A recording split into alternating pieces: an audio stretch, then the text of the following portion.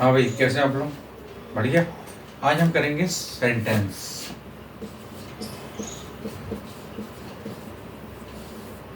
क्या होते हैं सेंटेंस?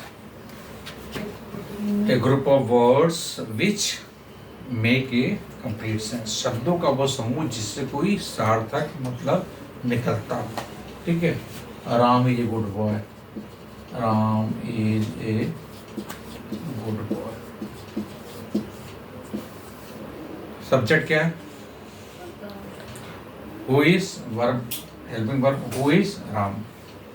तो आप हेल्पिंग वर्ब से पूछिए हु लगा के, तो आपको सब्जेक्ट मिल जाएगा। ठीक है। तो ये आपका सब्जेक्ट है, ये आपका हेल्पिंग वर्ब है। ठीक है। ये आपका एडजेक्टिव है, एडजेक्टिव आगे आर्टिकल लगा हुआ है। तो ये आपका एक तरह से देखा जाए तो अपन इस सब्जेक्ट, हेल्पिंग वर्ब और ऑब्जेक्ट, मतलब जो सब्जेक्ट भी है, वर्ब भी है और ऑब्जेक्ट भी है। ठीक है।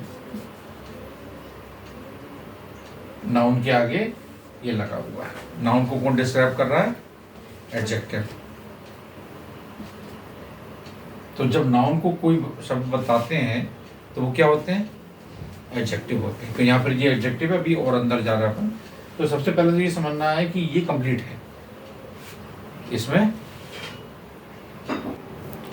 तो समझे आप? सब्जेक्ट मतलब मान के चलो कि सब्जेक्ट अगर है, मैं अगर ये बोलूं राम इज ए गुड और ऑब्जेक्ट को नहीं बोलूं तो आप समझ पाओगे गुड कौन है भाई? लड़का है, लड़की है, कौन है? तो हमने ये देखा इनकम्प्लीट सेंटेंस में या तो ऑब्जेक्ट मिसिंग होगा या सब्जेक्ट मिसिंग होगा या पार्शियल कुछ चीज़ मिस हो सकती है, आधी अधूरी भी मिस हो सकती है। तो जब मान के चलो कोई इनकम्प्लीट होगा तो उसको बोलेंगे फ्रेज, है ना? या तो अब जैसे मैंने बोला इज ए गुड बॉय, अब कौन है गुड बॉय? सब्जेक्ट मिसिंग है। या मैं बोलूं गुड बॉय, या मैं बोलूं राम इज ए, ठीक है, तो कुछ ऑब्जेक्ट मिसिंग है या सब्जेक्ट मिसिंग है या पार्शियल कुछ मिसिंग है, तो वो हमारा क्या होता है? फ्रेज, मतलब अपूर्ण वाक्य। और कंप्लीट वाक्य है जिसमें सब्जेक्ट वर्ब ऑब्जेक्ट है, उसको अपन बोलते हैं क्लॉज। क्लॉज मतलब सब्जेक्ट वर्ब ऑब्जेक्ट। क्लॉज मतलब सब्जेक्ट वर्ब ऑब्जेक्ट। कोई भी क्लॉज में ये तीनों चीजें होंगी। सब्जेक्ट भी होगा, लेकिन clause part of a sentence होता है। लेकिन अपन ये समझने के लिए समझ सकते हैं कि कंप्लीट सेंटेंस को क्लॉज भी बोलते हैं।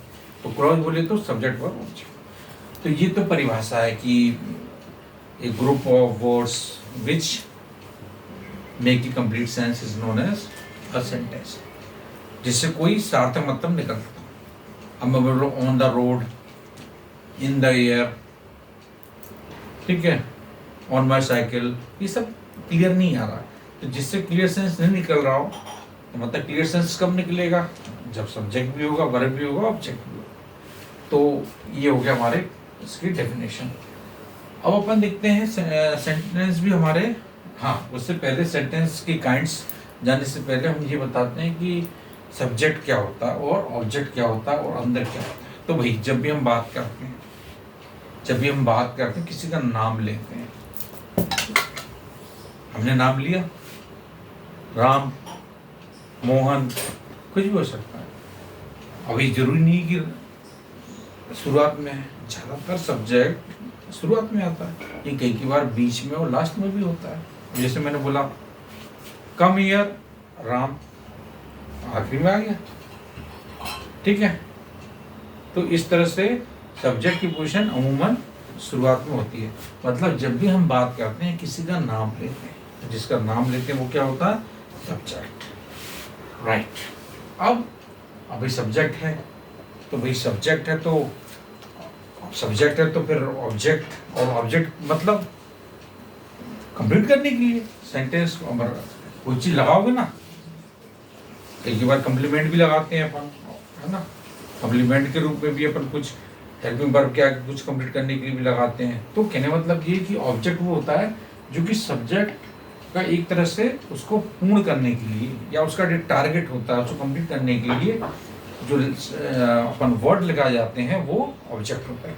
और आपका सब्जेक्ट भी जो है नाउन प्रोनाउन होगा, हो सकता है, और ऑब्जेक्ट भी नाउन प्रोनाउन हो सकता है। ये भी आपको समझना पड़ेगा। तो ये तो था छोटी इंफॉर्मेशन, ठीक है। और मैंने अभी थोड़ी देर पहले बताया था कि आपको जो है अगर पता लगाना है तो हेल्पिंग वर्ब या वर्ब से क्वेश्चन पूछिए हु इज, तो आपको सब्जेक्ट मिल जाएगा। ऑब्जेक्ट का भी होता है, हम आगे बताएंगे। अब आते हैं हम लोग काइंड्स ऑफ सेंटेंसेस में। तो सबसे पहला हमारा है इंट्रोगेटिव। क्या है मतलब?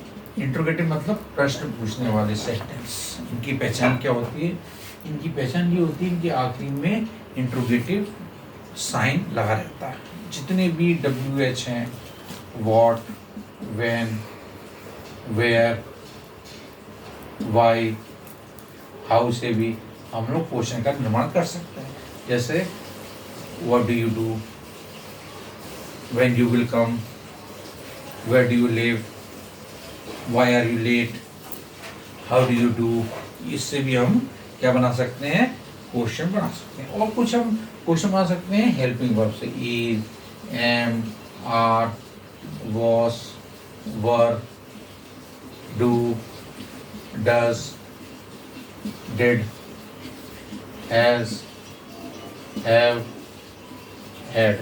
इनसे भी हम बना सकते हैं क्वेश्चन। जैसे इससे बना Is today's class late? Is Mr. Sharma present? M से बनाओ Am I right? R से बनाओ Are you okay?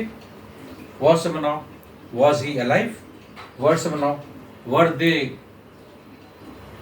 going? या were they eating? या were they okay? इस तरह से। और do से बनाओ Do you like to play cricket? Do you like to play cricket? Does से बनाओ Does it work? Did से बनाओ Did it right? Did you try? और इस प्रकार से हैज, हैव, हैड से भी बना सकते हैं। तो ये हम इनसे बनाते हैं इंट्रोगेटिव। तो हिंदी में समझ लो वे वाक्य है जो प्रश्न पूछने का काम करते हैं, उनको हम इंट्रोगेटिव वाक्य मतलब प्रश्नवाचक वाक्य कहते हैं। उनकी पहचान ये होती है, इनके आखिरी में इंट्रोगेटिव मार्क या साइन लगा रहता है। अगर आप क्वेश्चन पूछ रहे हैं और साइन नहीं लगाया तो सेंटेंस आपका गलत हो जाएगा। समझ में आया? पहला, वेरी गुड। दूसरा हमारा होता है इम्पेरेटिव। क्या होता है इम्पेरेटिव? मतलब command, order, request, entity, threat. क्या? कमांड वाले, ऑर्डर वाले सेंटेंस जो इनका बोध कराएं, ठीक है। रिक्वेस्ट, एंटिटी प्रार्थना, थ्रेट धमकी। कमांड देते ना, कमांड देते ना, अबाउट टर्न, ठीक, कमांड देते हैं। आर्मी में और असेंबली में कमांड देते हैं ना, वो कमांड है, तो वो इंपेरेटिव सेंटेंस है। ऑर्डर है, come here, get lost. Order. You will not come here. You will not come here. Order. You go from here. Order. You are good for nothing. है? तो ये सब क्या है? ऑर्डर है। और ऑर्डर कौन करता है? बड़े होते हैं। आजकल तो भाई छोटे लोग भी ऑर्डर करते हैं। ऑर्डर देना बड़ी बात है। कोई भी ऑर्डर दे सकता है किसी को। तो पता है, request, give me 100 rupees, give me your pen, give me pencil, give me 100 rupees, या give me your science workbook. है रिक्वेस्ट। रिक्वेस्ट किसी के लिए भी हो सकता है। गिव मी 1 बाउल शुगर, बहुत प्रसिद्ध है रिक्वेस्ट, है ना। तो एंटिटी, प्रार्थना करना, please don't kill me, please save my life, ठीक है। प्रार्थना करने के लिए एंटिटी इस्तेमाल करते हैं। और थ्रेट के लिए करते हैं, I will see you, I will kill you, I will beat you, I will punish you, I will teach you a lesson, but you think of myself. इस तरह से कुछ भी बोलना, थ्रेट होता है, धमकी देना, तो समझिए। तो जो सेंटेंस इन चीज़ों का बोध करा, इनमें कोई भी साइन नहीं रहता। साइन जिसमें रहेगा वो नेक्स्ट है हमारा, वो है एक्सक्लेमेटरी। वो क्या है? Matrix. CLAMATURY। इसमें एक लाइन और एक पॉइंट होता है जो विस्मय बोधक बोलते हैं इसको, मतलब स्ट्रॉन्ग फीलिंग के लिए होता है। स्ट्रॉन्ग फीलिंग मतलब जैसे सरो, दुख में भी हो सकती है फीलिंग और खुशी में भी हो सकती है। अब जैसे मैंने बोला hurrah we have won the match, ठीक है, तो हुर्रा, ठीक है, HURRAH, ये तो आपको ये लगाना पड़ेगा। अगर अंदर से आपकी कोई फीलिंग आई है, एलास, दुखी होते हैं एलास लगाते हैं, हुर्रा लगाते हैं, ब्रेवो लगाते हैं, bravo you played well, hurrah, alas, bravo, इनके बाद में हम एक लाइन और बिंदी लगाते हैं, फिर आगे लिखते हैं सेंटेंस। तो ये शो करता है हमारा फीलिंग या हमारी एक्साइटमेंट उस टाइम पर। अब मान के चलो आप किसी से मिले, आपने बोला हाय, फिर आपने यहाँ पर एक्सक्लेमेटरी साइन लगा के बोला हाय, तो मतलब फीलिंग। कोई आया आपके घर पे, उन्होंने कहा सुबह सुबह कोई आया आपके यहाँ, good morning, good morning sir, good morning sir, how are you, feeling लेके आओ ना, ठीक है। खाना खाते हो? खाने में सादा खाना खाते हो? कोई नहीं खाता। और होटल खाना चाहिए, क्यों? उसमें मसाले हैं, मिर्ची है, फीलिंग है, ठीक है। तो वही सब चीज़ें इसमें भी।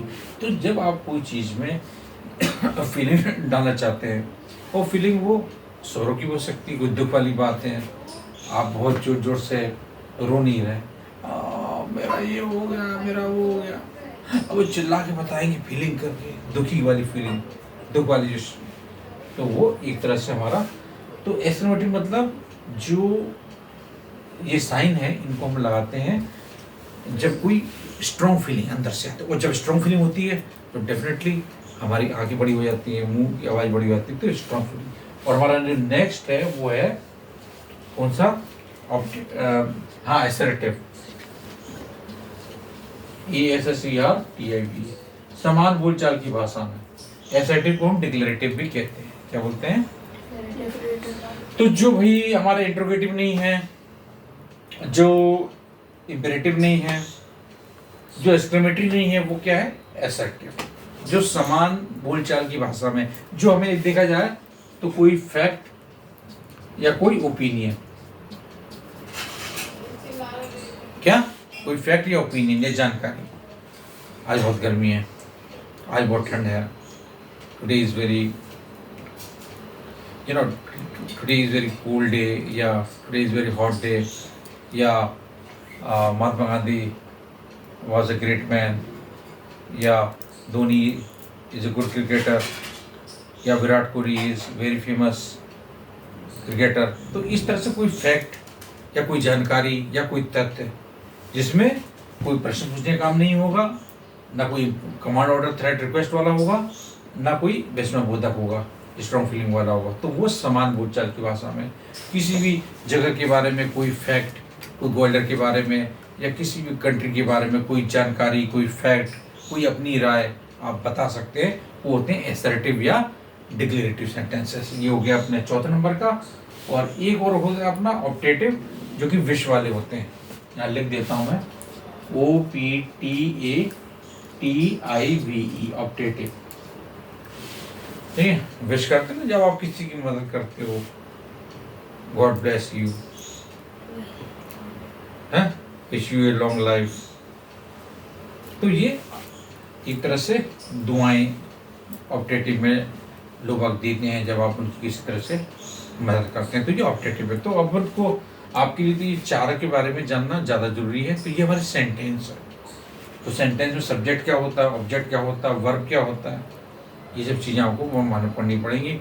अब जो हमारा नेक्स्ट वीडियो होगा उसमें हम आपको जो है बताएंगे कि किस तरह से जो हमारे वो है हेल्पिंग वर्ब में हेल्पिंग वर्ब और मेन वर्ब, और वर्ब में helping verb is am are वगैरह पूरा 11, और जो मेन वर्ब में V1 V2 V3 V4 V5, इसके बारे में हम जो है अपनी नेक्स्ट वीडियो में कवर करेंगे। तब तक अपना ध्यान रखना, बाय बाय।